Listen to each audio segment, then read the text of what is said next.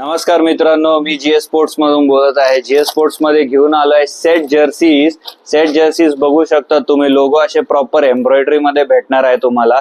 Set Jersey म्हणजे काय? Set Jersey म्हणजे जर्सी आणि तुम्हाला शॉर्ट्स भेटणार आहे याच्यासोबत. बघू शकता शॉर्ट्स पण आलेले आहेत. हे बघा, शॉर्ट्स असे प्रीमियम क्वालिटी मध्ये भेटणार आहे. लोगो याच्यावर पण एम्ब्रॉयडरी भेटणार आहे.